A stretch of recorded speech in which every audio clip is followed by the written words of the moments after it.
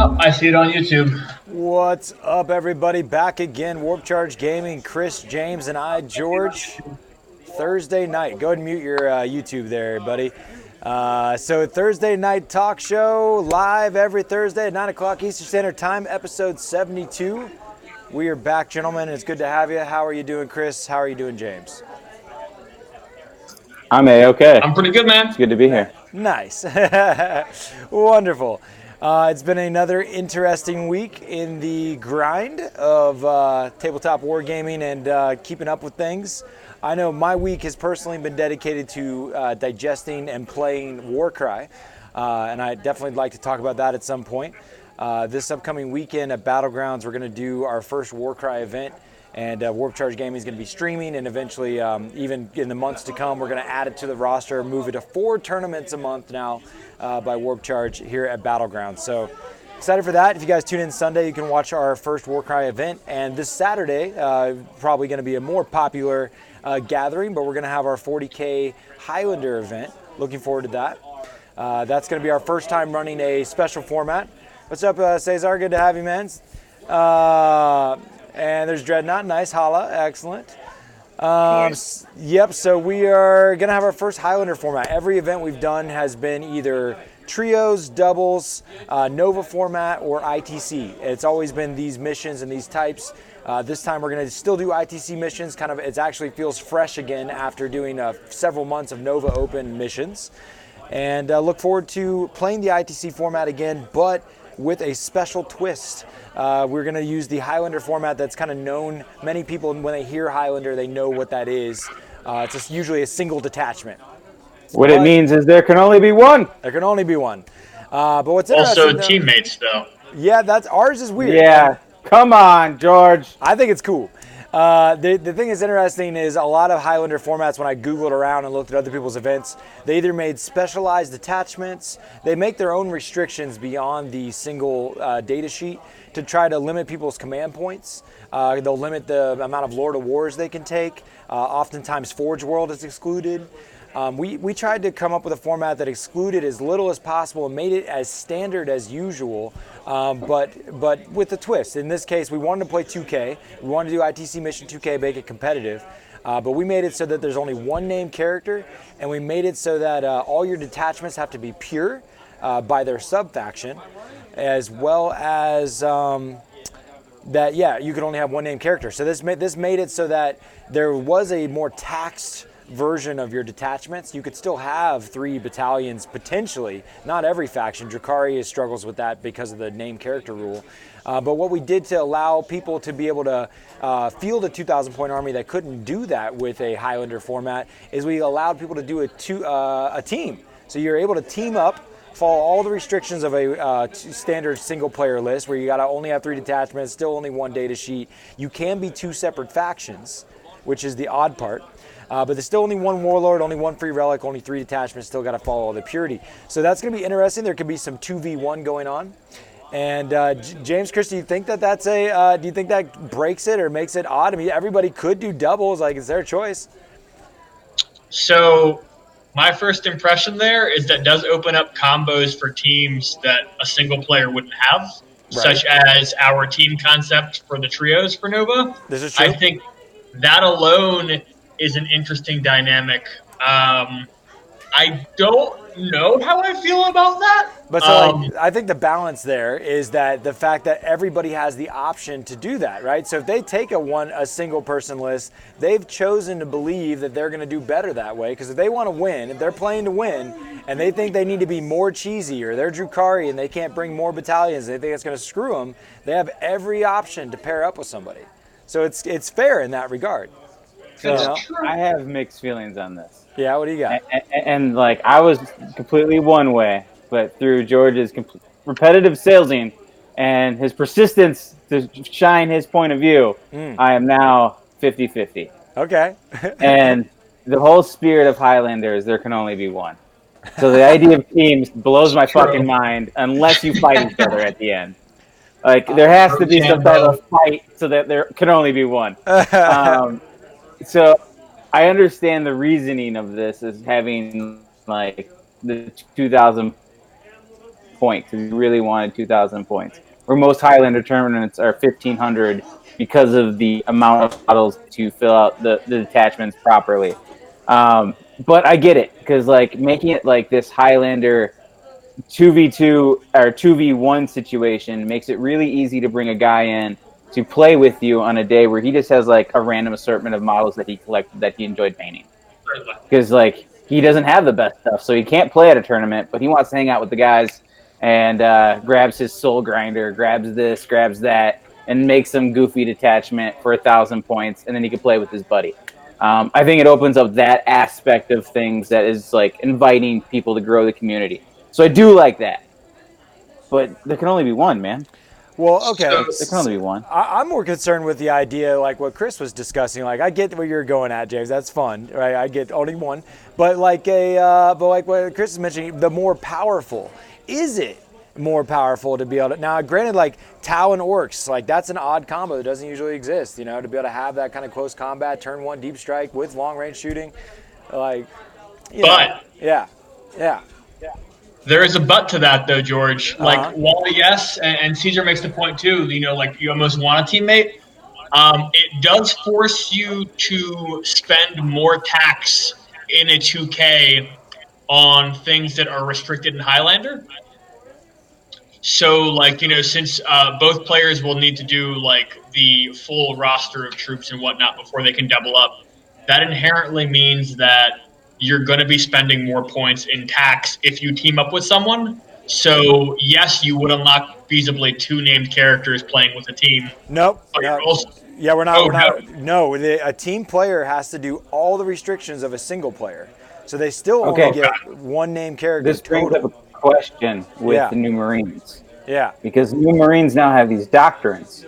Right. And you can, let's say you're Ultramarines and then you're Iron Hands. Well, they have 2 different type of doctrines. Like, do they all have to be in the same doctrine? Or can they be on separate doctrines? Or do they have to lose their doctrines? They would lose it. They count as 1 army. They have to face all the restrictions of a single player. So they get 1 relic, they get 1 warlord, you know, for free, and they're going to only have 1 named character between the 2 lists that come together. Okay. And they still only get 3 detachments total. So they only benefit they gain is that they're 2 people.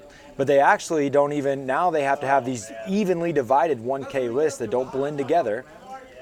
They share the CP pool. Like there's a negative there. The main reason we gave access to the doubles is to allow people to play that could not play. But the question still arises, and what we're discussing is it more competitive to go with a team? And I guess that means, you know, depends on the team. What I've found interesting is that I'm seeing a lot more people excited to bring Lords of War. And, you know, I wanted to almost restrict it to 1 Lord of War, as is typical. But that I like nice Caesar thinks that simmers it down a little bit. But you know, I wanted to allow Knight players, especially the new Chaos Knights that came out. I didn't want to stop them from being able to play their army either. I wanted it to be as much the game as possible while having the Highlander detachment. Oh, Knight players, you chose an army of Knights. I don't respect you. I've tried to give fair warning to the public. I made a video that I posted on the event page that I know people continually are whispering in my ear they're bringing Knights. I think there's going to be all Imperium Knights. I've seen it already in all Chaos Knight lists. And I believe that the Armigers, or they're called War Dogs for Chaos. Yeah. They can come in a multi-unit. Like you can bring 3 in a unit, I think. Yes, you can. Yeah, so there's going to be like ways to get around that. Also, I would love to see someone be saucy and play with summoning and break the rules by using, because we've allowed summoning and assassins to be what breaks the rule of 1. You can bring in additional units via summoning that you otherwise couldn't have. Oh, dude. Knights that summon, that's going to win it. Like Heretic Astartes, right? Like we made it so that your army has to be pure, so there's actually no undivided. There's not going to be demons and Heretic Astartes. There's not going to be, or vice versa, whatever. So there's not going to be Tyranids and Genestealer Cult in 1 list. Unless they go teams. They could break it then. But a Tyranid player is going to be a Tyranid player, a Genestealer Cult player is going to be a Genestealer Cult player, and so a Heretic Astartes player could summon in demons, and that's an interesting way to break that mechanic. I think that'd be cool to see. I think it's going to be interesting. I hope people really dive in and play some weird shit. I The agree. last Highlander tournament I went to was 1,500 points, and I was limited to the World Eaters playing my corn, but I still summoned bloodletters and Yeah. did work with those Nice. bloodletters. Yeah. So, like, I know that is a wonderful tactic for this type of format because it definitely breaks the rules, but Yeah. it like breaks it at a like spirit of fluff almost. Absolutely. Yeah. I Yeah. mean, corn summoning corn is a beautiful thing. Oh yeah, absolutely. So I'm excited. I'm excited. I honestly am voting. I'm worried that people are going to bring the fluffy list and they're going to get murked by because an all Chaos Knights list and all Knights list, they're meant to be standalone strong. Now, granted, they won't have the screens that they usually have. They're going to be susceptible. Like some woofing would get. This is a great time to run some Space Wolves with a bunch of Thunderhammers. You know what I mean? And that's exactly if I'm getting to play because there's an odd number of people, I am 100% bringing as many Thunderhammers as possible. I am the Night Killer is my entire desire. In fact, some more Woofing just showed up here at Battlegrounds. I had to grab them up. Well, I can only fit 10. You can only fit 10 in an army because you can only bring one unit of them, right? So there's that. Yeah, It's gonna be I a good, think it's gonna be a good time. Yeah. Go ahead, Chris. I think I will say, like, recently I went to an event, and this wasn't Highlander. It was I think I mentioned this last week, but I went to an event that was 1250, and there was plenty of lists that had, like triple knight. Like at that small points bracket, it's strange to see those interactions. But Knights didn't win it. I think. I mean, don't get me wrong; they dominated like the number I think 3 and 4 spot like handily. But I think that there is a real possibility, like the lists that people expect to do really well. Yeah. Sure, they're going to do well, like almost without a doubt. But you end up with weird things ending up in number 1 and 2 sometimes. Yeah, and that's what I hope for. I want to see something strange. I really think that Knights without screens are very lack of. They need those screens. A lot of times if against the right matchups, because that's usually the only thing that would hold them back from getting murked is having a good speed bump so they can shoot down their targets.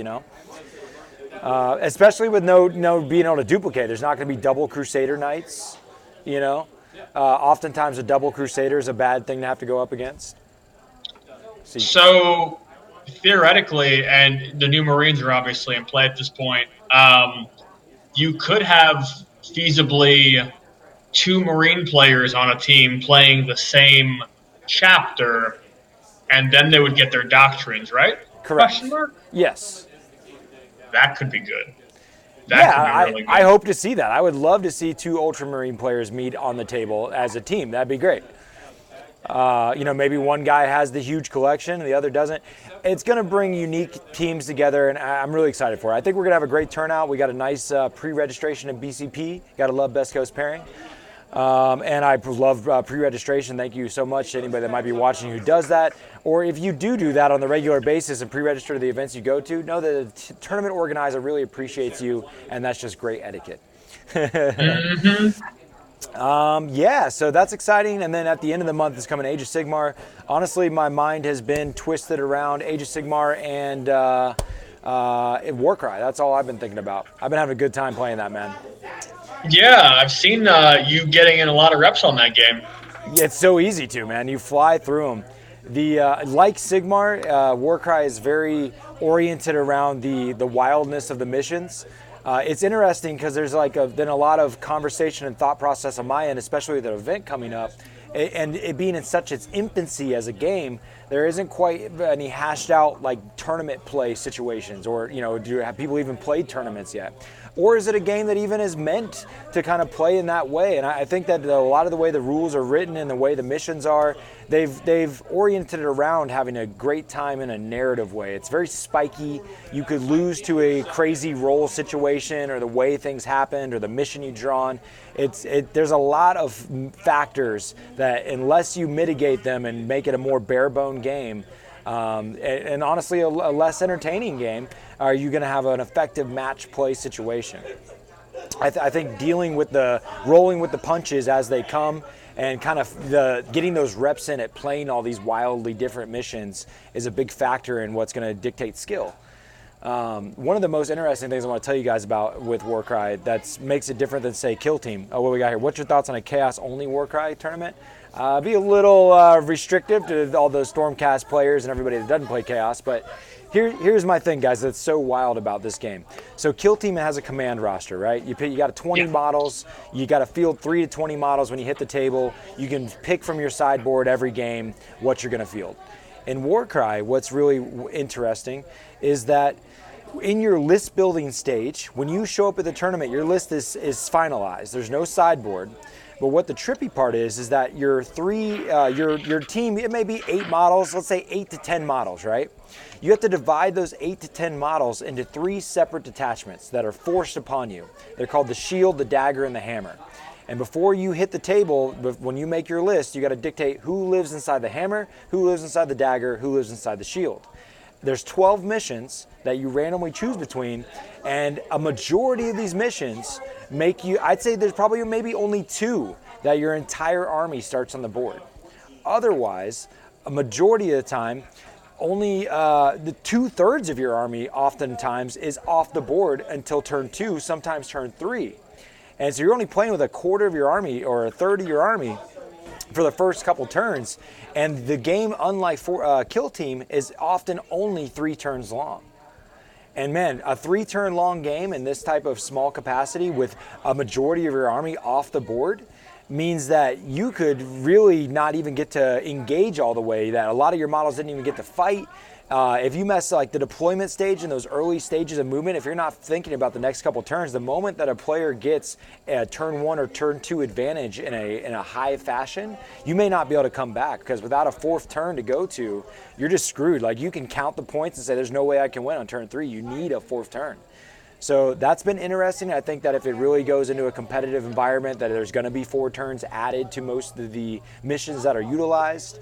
And then you really, as a player, and what I'm hoping that if anybody's coming to the Warcry event this week and watching, that it's very important how you divide your army, because if you put all your heavy hitters in, say, one of these detachments, and you draw a mission where that detachment's off the board, then you're just not going to get to play with your heavy hitters, and you're just going to get murked, right? Yeah, that sounds lethal.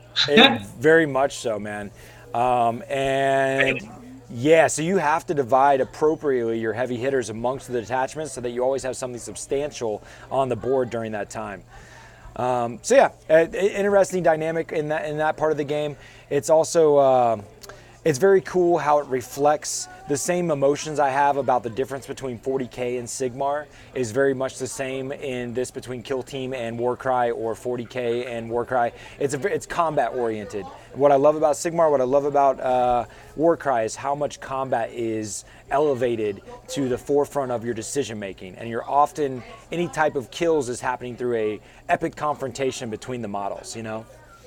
Much less getting shot in the back. Yeah, no imaginary bullets, and there's no rerolls in this game. There's very there might be a few times you could do a reroll, but there's no standard reroll capabilities. There's no aura effects giving you rerolls.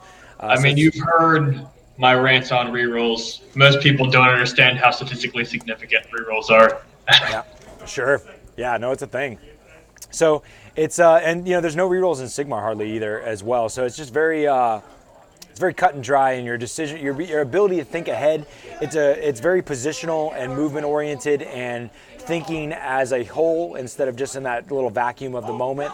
And I love all those factors. So I've been performing well in the game, and they just came out with a new expansion called the Monsters and Mercenary book. And it's kind of like Kill Team Elites, where it added some character models to your factions. And I've been able to, what I've tried so far is the Gaunt Summoner on a disc, kind of like a Herald of Tzeentch on a disc, or a Zangor Shaman. Is relatively the same deal. He has been wrecking. Moving 10 inches, flying around on that demonic disc is fantastic in that game. When you only got a 30-inch board and you can move 20 inches in a turn, it's pretty crazy. So wait, is the board is it a square 30 or is it like Kill Team 40? It's like Kill Team 22 by 30 Kill Team size. Okay, that's cool. I was actually talking with a few people that were asking me questions on Kill Team today, especially because I was name dropping you a lot, George, because they had a lot of questions regarding how demons perform in Kill Team. And that was kind of one of my points, is that it's interesting you mentioned the turn length of the game, is that I was making the point that, like, you can't approach kill team like 40K because the shortness of the game means if you aren't maximizing the inherent speed of the game, you're going to, like, really not win. Like, Right, for sure. I just realized that old Caesar here is my buddy that I played. I didn't realize, Dan, that was your tagline there. Yeah, the Gaunt was a beast. Yes, he was. Thank you, sir. You're exactly right, Chris. You have to play aggressively. If you play too timidly and like try to keep your, like, oftentimes I think a great tactic in kill team is knowing how to be sacrificial, right? Like, the game isn't about whether your models are alive at the end of the game. It's about whether you scored all the points, and like often, like as a Tau player in kill team, like people are usually trying to sit back and shoot, but if you don't go score objectives, you lose, and you only have 4 turns to do it. And often it's progressive scoring. It's not in-game scoring, so you have to act. And that's where you use your drones, honestly, to go score and tie up things. I use them sacrificially and charge into the beefiest things and just try to lock them in place and slow them down. Because if you just score more points for 2 turns out of the 4, that very well takes you to victory, Looks like we lost James for a moment there while he gets his connection better there. Yeah, his connection's been a little buggy. I actually thought it was on my end because I was watching his video stream break up a tiny bit. But unfortunately, no, dude. So it's actually fascinating to me that Warcry's got enough of a oomph to it that you're going to start throwing tournaments for it at Battleground. That speaks very well to it. I was kind of concerned initially that it's going to be one of those specialist games that, like, doesn't see the light of day with Games Workshop. Like the Imperialis game, I don't think that's going to go anywhere, man. So that's interesting. Well, that's a game they brought back. It's existed before. And I've seen that one come back and forth in bursts. I actually saw locally a few people, buy boxes while I was at the store.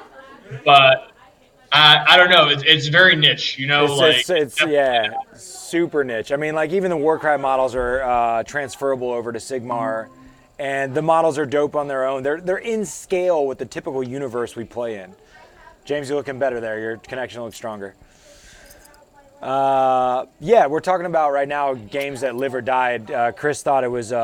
He's glad to see that Warcry looks like it's going to have a strong enough following to continue to play it and feature it on the channel and host events.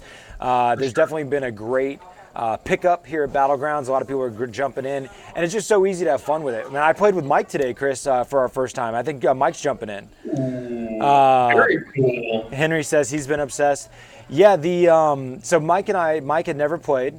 We had literally a 5-minute breakdown of the game and then jumped in and played.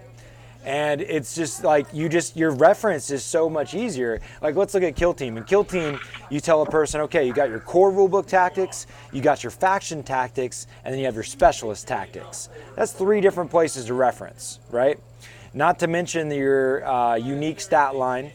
Where the stat line, that's the same in Warcry. Each player has a similar data sheet to remark to. But all those different tactics and the specialisms and the different choices that you have, it really reduces the amount of choices in Warcry. Oh, we got old Patrick tuning in. What's up, buddy? Noise. It's just pick up and go, man. And we had a great time. Mike actually beat me on his first run because the game is balanced, and that anybody can. With a good tactical mind, just doesn't make kind of bonehead mistakes, can play the game and potentially win. So super cool. What is funny though is my Warcry buddies in the kind of the Sigmar group in the area, they were calling me a power gamer today and just telling me I can't turn it off because last night I definitely studied and found like, okay, what happens when we get a second box of the faction?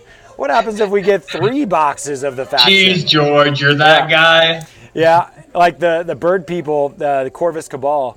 If you were to take now the list I want to run, it would involve me getting 3 boxes of that, which only to run one character. They give you one of the characters in there that you can only get 1 per box. So you'd have to buy 3 boxes to run 3 of this one guy. But turns out it seems like it's really good. Yeah. George, we're gonna have to do this. We're gonna split some boxes because I just want 10 for cultists. Dude, All right, cool. they're cool models, man. Well, I just picked up a box today, James. So we'll just got one more box to go. Cool. Yep. We'll make it work. Yep. We're all gonna get bird people. Bird people. Yep. I did pick up another. There's only 2 factions in the game currently that I want to play and that I like the rules, and the other one is the Untamed Beast.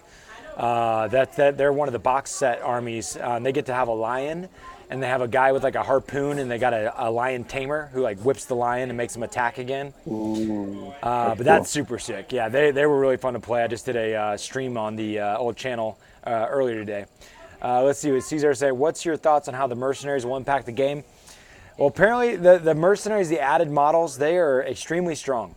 And I think if they are ignored, then I just feel like looking at someone, like when someone fields an army and if they don't put a mercenary in their list, my initial instinct is that they are handicapped to the player that has the mercenary.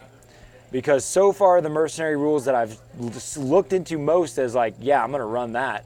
It just slaps. Like they are definitely better models than what came standard in the team that you get out of the starter set. So I mean, my go-tos right now is the Dark Chieftain, but for Slaves of Darkness, and the Gaunt Summoner on disc. They are just fantastic.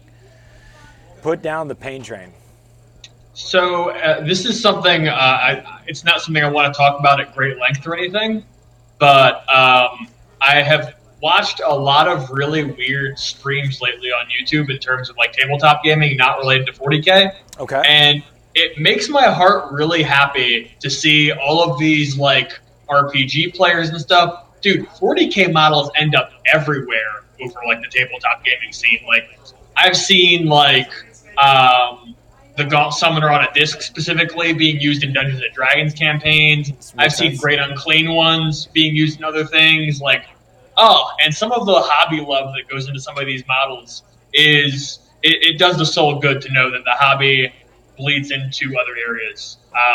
And these new models, man, they're so cool. I think you guys are on board as well. But like, you're gonna see these things used as Zangors. You're gonna see these things used as anything you can conceive of. Yeah, there's so many good options. Yeah, speaking of cool models, you're making me think of James's recent. Actually, this kind of looks like a Gaunt Summoner. But I think this for Ali. It's a commission that you've been working on. It's a creature caster, right? It's the thing that looks like it's from that Pan's Labyrinth movie. Yeah, it's super called cool. The Metamorphosis Lord, or the Lord of Metamorphosis. Great model, and it looks dope, man. Very slapping. Thing is beautiful. Yeah. Love it. Yeah, I wish I had. That's the if I was going to do some change outs in my collection, I really want some cool counts as demon princes and things like that, especially a Khorne one. Yes. I know you're gonna be getting that Forge World Khorne demon prince looking guy, right? What's that crazy guy's name? I don't remember his name. I'm not going to use him as a name character. I'm going to slap some wings on him, and he's just going to be my Axe Demon Prince. Right. Is it the crazy one that's like got almost like a punching down kind of pose? No. It's the Forge World Demon Prince. He almost looks like like the snapping turtle from Ninja Turtles. I know which one you're talking about. When you put wings on him, he's the size of a bloodthirster. That's dope. I used to have one of those snapping turtle, Ninja Turtle models when I was a kid, and I would love to run one of those as a Demon Prince. That'd be awesome. Just to show some other stuff James has been working on, here's this is just a stage in the process, but these are some of the Berserkers James has been manipulating. You got some death blows going on there to some Marines, which I love. Some in-action shots here. You were using some of the Blood Warriors from Sigmar, right, for conversion bits? Yeah, I used the Blood Warriors with Berserkers and the Raptors. So 3 kits to make that. Oh, wow. And that's not counting the Marines. Like, the Marines are also separate. Sure. But the Blood Warriors are Primaris scale. So you got a little bit beefier. Use the Berserkers shoulder pads and backpacks and chain axes. And then for the chain swords, I use the Raptors chain swords. And then nice. There was 3 chain axes I didn't have, So I used the AOS axes and then buried the axes into marine chests so Damn. that you can't tell that they're chain or not chain. Saucy. That's so Yeah. cool. Very cool. Love it. Love it. Yeah, and the Power Fist is also from the Raptors and green stuff for some organs. Nice, man. Super cool. Love it. Love it. Love it. But that's Yeah, super I can't cool. wait to paint it just for the technical effects alone. I'm going to do like the blood spray outwards with ooh glue, and that'll be a lot of fun because these guys look like they're doing something. Yeah, no, that's great. Models that, like, I don't care what, like, scheme someone goes with, when the model looks alive, it is certainly like I always ooh and ah over a model that kind of comes to life on the table, you know? Yeah, me too. And then once I add bases to it, without painting alone, that's a $200 unit. Like Yeah, it just seems damn. so crazy. Yeah, that's nutty, man. Yeah, but I mean, it looks so cool though. Oh, yeah. Passion, Certainly. dog. Gotta love it. So like once you add like the fact that if I was to commission these and just out of pure love, I would charge about $25 a model to paint it. Yep. Yeah. Yep. So Easy. like when you do the math on that, I mean that's just like it's super expensive unit Yeah, it's like once a it's fully painted. $500 10-man squad. Yeah, it's dumb, dude. Dumb. Like, but this is a hobby we like, man. I mean, I'd much rather have that 10-man squad over a PlayStation 4. Yeah, all day, dude. All day. It's gonna last a Yeah. lifetime. It's And kind then of cool especially like too. that's a kill team right there. Like that's a kill team. Oh yeah. Oh, yeah, definitely. Badass kill team. Yeah. It'd definitely be easy to tell one from the next. Yep. Everyone's unique. Not one's exactly the same. Yeah, I Like love with it. their poses and everything. I can't wait to see that as it goes along. If you guys keep tuning in each Thursday, you can check out more of that. And just while I'm here, I'll show you guys. We got a nice new Warcry thumbnail. These are going to be our backdrops to our Warcry videos.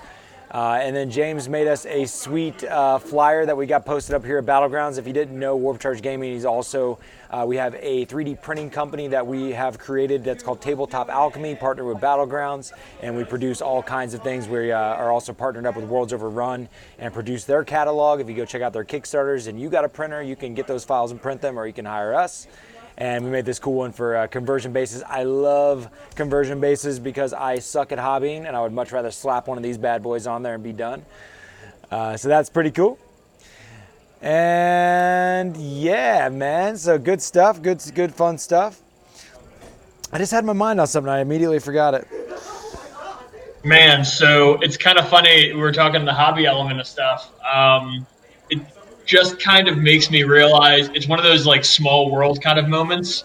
And I may have mentioned this. I feel like I mentioned the 40K thread not on the stream last week, but it's crazy to be in Knoxville at the moment and see models that I've used to seeing at like Battlegrounds because literally my friend Steven bought some of Austin Wingfield's models. Oh yeah.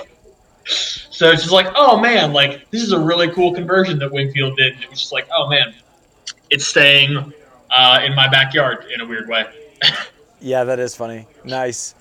Yeah, it's funny how we all kind of infiltrate around the area there. I know, James, you were mentioning some cats you were rubbing elbows with that were fighting for a top corn spot.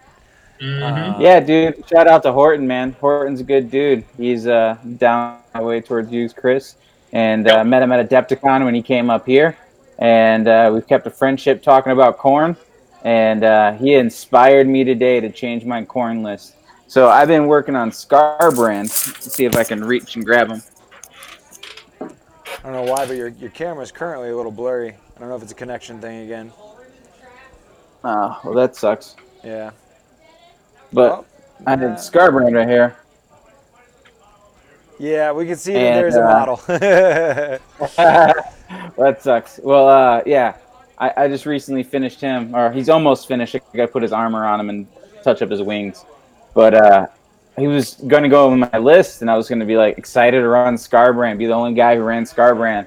But seeing my list inspired him, and then seeing his new list is like, wow, it's like my list that I currently made and my old list had a baby together. Oh man, I'm about to be playing with that baby. That's awesome. So Scarbrand's probably going to be hitting eBay because Okay. it's not going to fit in my lists. Yeah, I understand. I'm much Maybe rather run a Catan. might not be a terrible thing to have in your back pocket for because weren't you utilizing them when you were rocking any team games again with some orcs and shit? Like he has a role here and there. Yeah, here and there, but I like force him in. Yeah, It's not like me he's too. like, oh man, I wish I had Scarbrand. It's like, how can I use Scarbrand? Yeah, So I get yeah, that. I just don't have to think that way anymore. I totally get that. Yeah, I mean, like, I wish you could see this rhino too. I put berserkers on the rhino. for now on, we're sending James. You're gonna give me all your pictures of your works in progress throughout the week, dog. Next week we're gonna be loaded with I'm images. really bad at taking photos, All this stuff that James is even of talking like about. myself and my family. Like, I just don't take photos. Yeah, we got to get So you. I need you. Yeah, I want to show off your work on these Thursday shows. Yeah. But I had my mind went back to what I was going to mention. I doubt that they'll see it. I doubt they'll see it, guys. But we had a comment this past week, and I take fun seriously, or maybe I take things personally, whatever. But it wasn't that bad or anything. But it was just kind of like, I guess I felt like it was short-sighted or lacked perspective. It was a very simple comment. They just said, "Yo," one guy commented and said that your intros are too long. I'm like, okay. I'm like, well, we're giving people a chance to tune in live. Check us out live, and it'll feel natural. This just automatically posts on the back end. And someone else commented, it's like, why don't you just edit it? And I'm like, so my response was, it was way too much to type. There's lots of reasons. And I was like, yo, join us on the Thursday night talk show. You typed it though. What's you that? Typed it though, didn't you? Yeah. You typed it though and then hit delete. Typed it? Say what? I'm not catching the joke. He's saying that you went ahead and typed it and actually left a comment, correct? No. I did not explain it. I just told him to. I literally just didn't have time. I was like, yo, just tune into the Thursday night talk show, and I'd love to explain it to you, right? And I don't know if anybody's caught, but lately we have these long. I give 60 seconds. Technically, our intro is 90 seconds long. Now, I checked our settings today, and apparently YouTube, if you're not a premium member, it's going to play you a commercial that is skippable because we allow it to be skippable. And then it would go to the 60-second countdown, and then it goes to the intro video, which is like 10, 15 seconds, and then it goes, right? And these cats are, kind of just like bitching or complaining that the intros are too long and that I should edit them. And I'm just like, yo, it takes so much time. Not even to do the edit, because I could just like download, I just put the video in the software, I'd make the chop, but for whatever reason, this might be my lack of knowledge, and maybe somebody can tell me why, but if I try to export out, once I've made a chop of fucking 90 seconds out of the intro of the video, and then I export it out, I have to wait for a 1080p 60 frames per second export. It'll take hours and hours and hours and hours of my computer on lock for it to re-export out at that format this video. I'm talking like, if it's a 2.5 hour bat rep or something, or 3 hours, that's like 12-hour export. I don't know why. People are going to bitch no matter what. That's right, yeah. My hypothesis on that, George, and I could be wrong, but my first thought on that is there's probably coding on the front end of the video that does some of the video quality coding. Like, so when you're chopping out like a beginning portion, I don't know if that's exactly what you're explaining, but if you remove that like top end filler, it may have to like recode that into I don't know, video? because so like our stream software spits it out at 1080p 60 frames per second, but like when you look at your export options, there's like 1,000,001. I choose YouTube 1080p and this like coding H.264. All right, some bullshit. And if I literally didn't even make a cut on a video, I just loaded it into the editing software and then re-exported it out, and this is Adobe Premiere for those that are wondering. It will literally go through the entire process because it pretty much has to, it filters through the entire video. It's like the video is playing as it exports. So if it's a 2.5 hour video, you already have 2.5 hours for it just to cycle through that whole thing. And if you want to like keep your quality and your bit rate, sometimes it has to do several cycles. But bottom line, it is a stupid amount of effort to eliminate 90 seconds. All right. Yeah. So if you tuned in Thursday to watch me say that, well, let me tell you, friends, that's why. It takes too damn long, and it ain't worth it. So just fast forward ahead, and I hope you enjoy it anyways. All right now, okay now, all right. See. Well, George, what if you like took the time to put a timestamp in the video, or they just click in the comments? Maybe There's a solution. Yeah, that's right. We always got to Come on. We always got to, accountability. How did I let this happen? How am I the asshole? Dude, George, come on, dropping the ball, not taking fun seriously enough. Yeah, I think you're right, James. I'm glad we had this conversation. George, it's 2019, man. How are you not wiping everyone's ass for them? Hey, and George, yeah, George, I'm gonna take the recording of you saying that I'm right, and I'm playing "It's the Woman" on repeat while you sleep. Okay. Yes. I need validation that I'm always right. Yep. I don't know about that, but all right. Also, George, on the chaos conversion models, I did share some models to the Warp Charge thread. I don't know that you want to feature them this week, but you should definitely take a gander. I think they're cool. I know what you're talking about. I haven't been able to check out too much. You say the 40K thread or the Warp Charge thread? The Warp Charge thread. You showcase some models? Like they're the newest comment, like right now. Oh, I'll check it out. But I digress.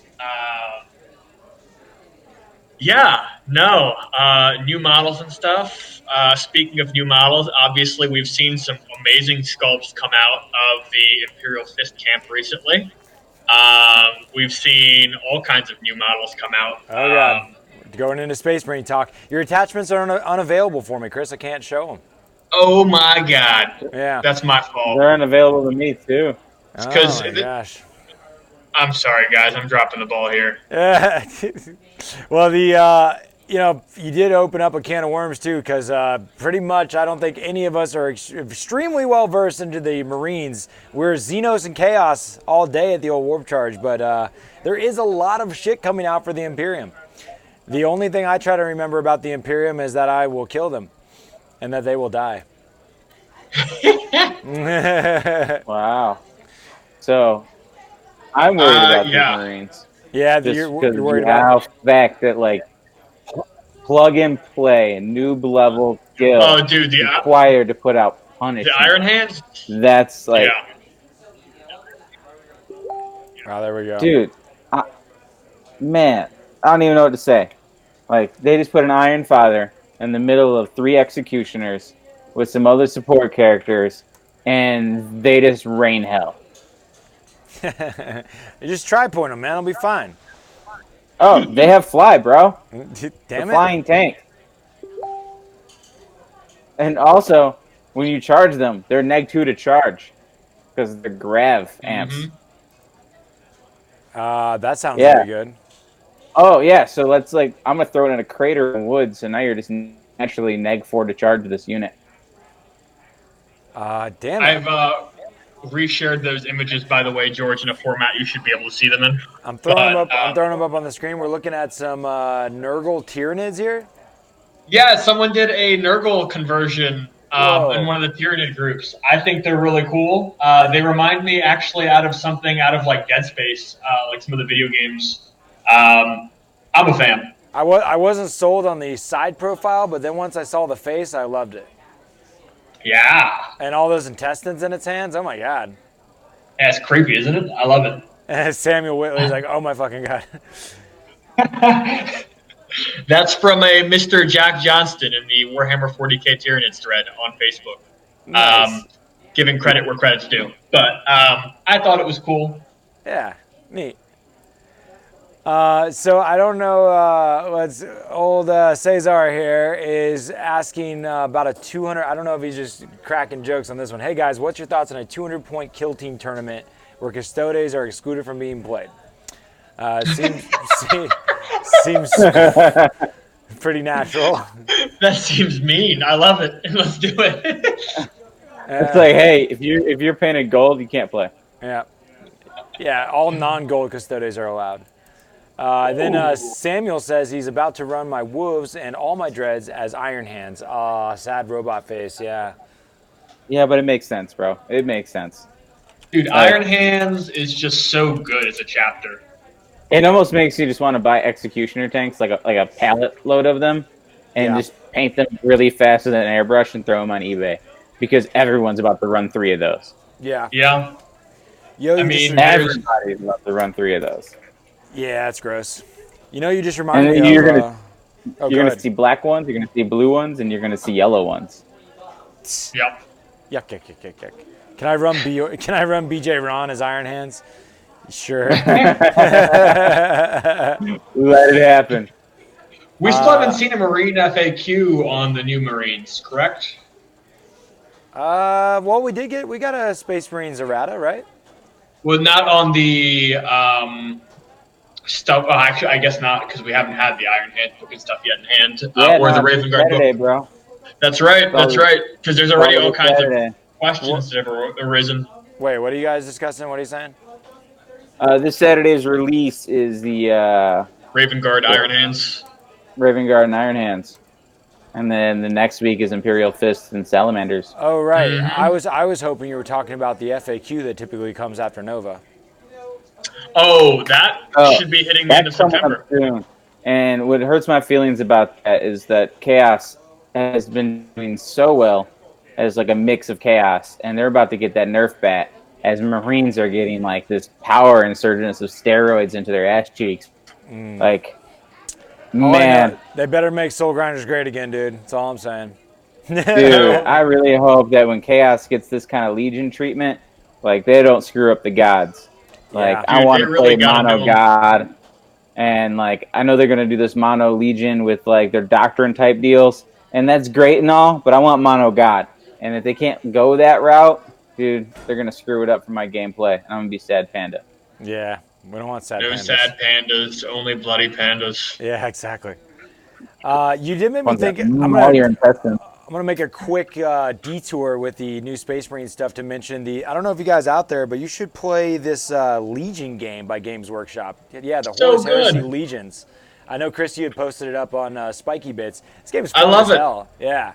Just showing you a quick look at what it's like, but I've been playing the shit out of this. James, you should play it, man. This is super fun. But it's in the Horus Heresy style, so you're in the 30K universe. Oh my God, you play custodies. I hate you. It's the best army I got right now. But they have, let's see if I can show factions, cards, and then collections, collection. So here's all of the factions, and then like as they go throughout the events in the game, they go along with the Horus Heresy. So right now we're at the like Burning of Prosperos, and so it's like Thousand Suns versus Space Wolves, and those got introduced in the game as that became relevant in the story. And it's cool that like new cards get added to the game based on who wins in any given event. So they'll have an event, and if Chaos or Imperium wins, a different card will be added to the game based on who won the campaign. Yeah. So like the card is unlocked for everybody, but like they literally have like a war meter that's like, is the Imperium winning or is Chaos winning? And they show you both versions of the card, but based off what team wins dictates which version of the card comes out that everyone is able to use. Yeah, here it is right now. Currently, Chaos is winning. And like an AdMech in this time period is like kind of universal. It goes between Chaos and Imperium. But it's a great game, guys. And apparently it's from of old. Like I guess this might have been called Propiros. I need a narrator. Fuck you, Daniel. I don't know how to talk. I don't know how to pronounce all these crazy Latin bullshits. You should have heard me on the other day trying to say warp tongue flame or warp tongue blade. I was butchering that all to hell, and that's easy. But yeah, good game. Just want to let you guys know, if you haven't checked it out, go check out Horus Heresy Legions and also link up and play. Yeah. For all the fluff heads, it's really cool because like you could literally have like an Iron Warriors deck, but like based off what hero you have lead your deck, the deck plays very differently. Like every faction has multiple quote unquote heroes that drastically affect the play style. So it's kind of cool to see a kind of dynamic style of play there. It's free to play. You can spend money like most of these card games to kind of get booster packs faster, or you can do the card grind thing. But it's also all skinned 40K. It has some 40K fluff stuck in there from the Heresy and stuff. You'll get the taste of Warhammer with your cell phone crack game. It's pretty great. I love it. But yeah, I'm not spending a dime on that shit. I'm just going to grind my way to the top. Oh, me either, man. Yeah. We're getting some heaters. Old Cesar dropping another one for you. I think we're all a little out of touch when it comes to the Imperium. You guys know way more than I do on that. And then the Psychic Awakening is another part of the process. We got all these supplements, and then we also have the Psychic Awakening, which kind of affects everyone, right? That's a movement in the story.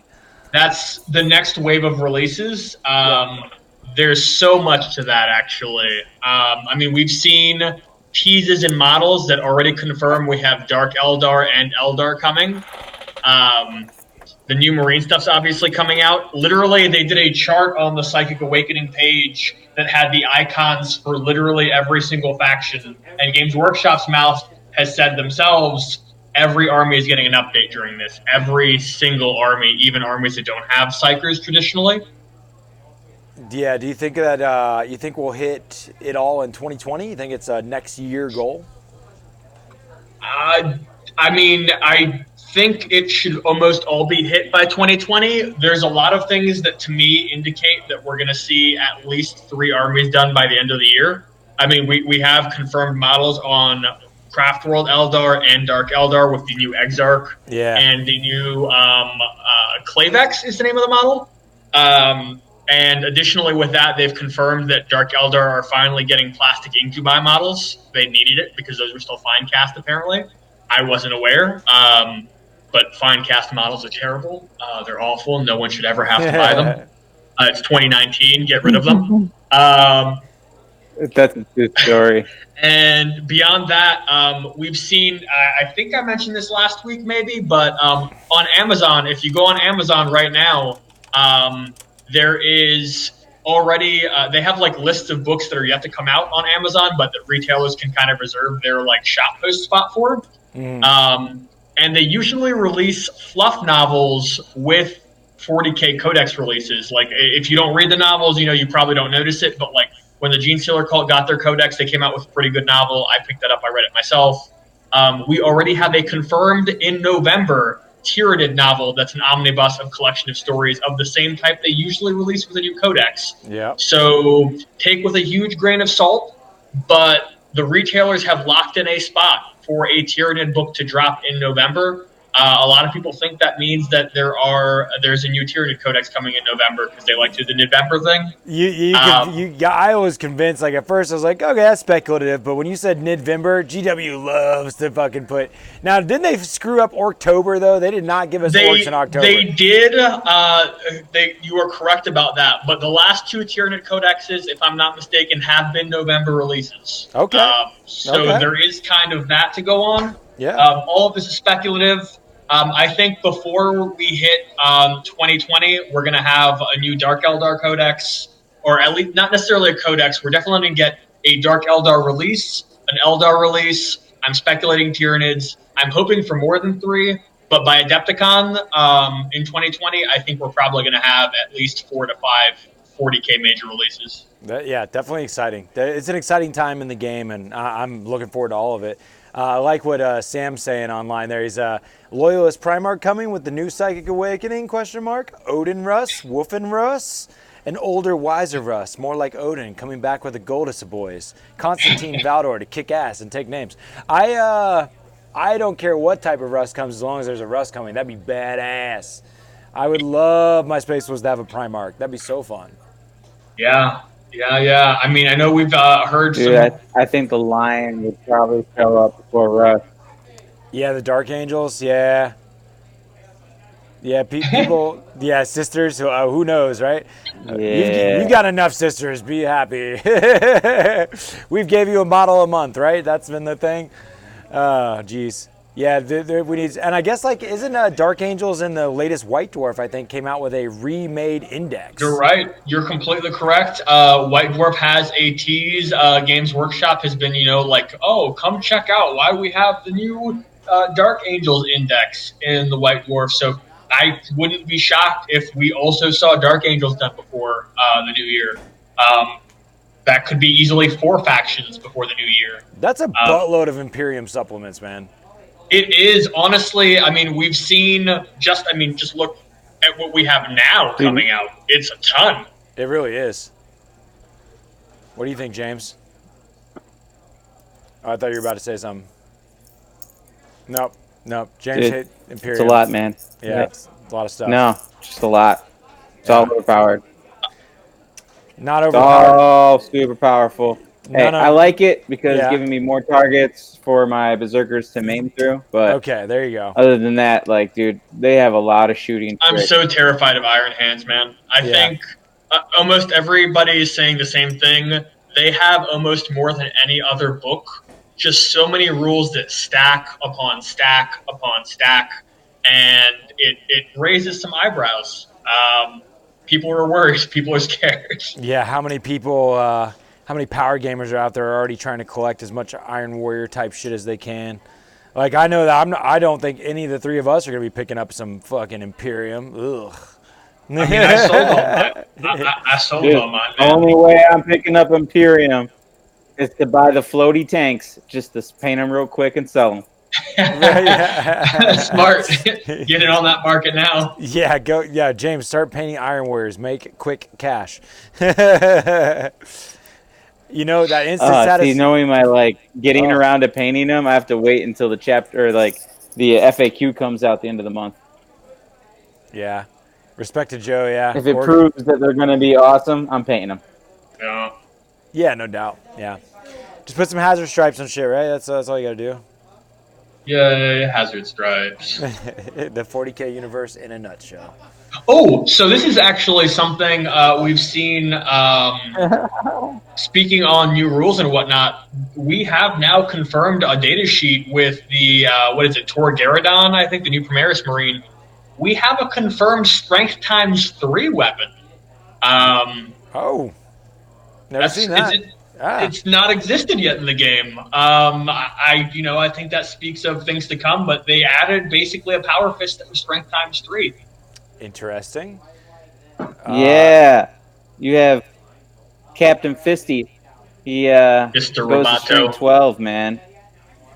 Okay. And I'm not sure Marines very well, but I think they have a way to maybe make them +1 strength, so making them strength 15. So good. Yes. Well, what's really crazy is every time his natural strength goes up 1, it's +1 to wound. Yeah, that's really what it comes down to be. But addition is after multipliers, though. Yeah, like you'd be ×3. Unless it's their characteristics. Yes, if you add the strength to their stat line, then it does get multiplied. If it's a weapon that adds strength, it's after the multiplies. It's a weird nuance. Also, that same character that has the strength ×3 weapon has a bonus rule that when he's fighting vehicles or buildings / fortifications, not that we ever see those, a bonus +1 damage, which brings up his damage to a flat 4 damage. Yeah, he's a night killer, ladies and gentlemen. That's also 5 attacks, hitting on 2s, AP -3. Yeah, it's a non-typical damage output as well. Well, wild and crazy and exciting. I'm going to try point them all. I'm going to kill them all. I'm going to murk them all. We're going to slay them. It's going to be great. Well, Godspeed, sir. Kill. I'll be over here playing Sigmar. No big deal. Burn, main, kill. Burn, main, kill. Yeah. I know I was mentioning with James in the Warp Charge chat, you see some of these new characters get churned out that are like 115 to 130 points, and you look at Greater Demons or Tyrion and Monstrous Creatures, and you're just like, wow, if these things fight, they're coming out on top for sure. Right, yeah. Oh, yeah, dude. These little characters are way better than any monstrous creature out there right now. Yeah, they're solid. And I don't know how much that speaks to the creep of the game, but I don't think it's a bad thing, depending on how it's handled. Usually with power creep, the things that get the good stuff first end up losing in the end, right? Yes, thank God I'm not first. Right, the Necron Decurion. The Decurion detachment back in 7th with Necrons. It was fantastic. It was a one of a kind. And then It was very great quickly for we had a little bit. yeah, and then we had the double Demi Company drop, and and the Riptide Wing, and all the other nonsense that came in after that. So yeah, it puts the lotion on its skin. Yeah, so hopefully they get all this madness. People sell and buy. I always imagine GW like they're going to sell their armies and buy new ones, and then we'll make the other stuff great. They'll have to buy it again. So I'm hoping that it's something like that, and Xenos and Chaos will rule supreme, and of course Eldar will be somewhere at the bottom somewhere. Somewhere low at the bottom with Tau. They got the pointy ears. And, outside of Marines, Eldar and Dark Eldar were the first thing teased, so I'm pretty happy about that because to me that says, hey, their time on top is coming to a quick end. Yep, we'll give them a little goodness, and then we're gonna slap them down when the Chaos Train comes back strong. Or Tyranids, I'm fine with Tyranids being great. Chris plays them. It's good. I'll be if we can get a chunk of the edition where like orcs or Necrons are the dominant force, I think that's a good time. For the love of God, give Necrons some love. Can we just give Grey Knights a new book already? Can we be talking? Can we talk about Grey Knights? I mean, Jesus Christ, give those guys some love. They're giving every Imperium faction love except Grey Knights. Dude, statistically though, Dark Angel's the worst faction being brought to tournaments. Just because it's the worst players. They don't know their identity. They're like, who am I fighting for? Alpha Legion? Question mark? Oh, that was funny. Are we loyalists or are we dancers? Right. But yeah, guys, I think we're at the hour and 3 mark of this episode. Is there anything that we didn't cover that we wanted to give a brief shout to or anything? James, you good? Man, what did we not cover? Did we cover Marines are going to suck in the long run? Yeah, I think we said Marines are going to suck in the long run, yeah. Okay. Did we go over the fact that there can only be one? There can only be one. Never give up, never surrender. Yeah. Yeah. I think that's really everything, right? I mean, GW is just cranking out Marines. It's great for everybody who plays Marines. And there's going to be a crazy, wacky tournament Battlegrounds. Yeah. That everyone in that area should travel to, because I know you have people confirmed traveling 4 to 5 hours away. It's going to be cool. Coming to that guy. Some of my There can only be one. Yeah, I like to say, I'll allow it. It's my favorite TO saying. And never give up, never surrender. No, you're telling me there's a chance. That one's also really fun. Also, George has a soft spot for people that take his strategy of ask for forgiveness over ask for permission. What? What? I always ask permission, right? What are we talking about? Yeah. You better ask for permission out there as your friendly TO. Please hit me up if you have any questions. I will nerf your army. Yeah. What? All right. Yeah, all right. So everybody, you guys. Fun seriously. Yeah, thanks for tuning in. Hey, good job, guys. Had a blast. I'm glad you had a blast, Cesar. Caesar. It's hard to say your name because I'm not very cultured, and I appreciate that you tuned in, and I like you a lot. Everybody else, Big Cleat, good to have you. As always, old Samuel Whitley jumping in. Yeah, I said that right. Good to have you, too. Old Dan Booth jumping in. Man, you guys are great. Everybody's great. Good night. Poxes, you were floating around in there, too. Good to see you, man. Yeah, take care, man. All right, everybody. We'll catch you here later. Keep taking fun seriously, and tune in this weekend for lots of bat reps to come. Peace. Woo! Warcry!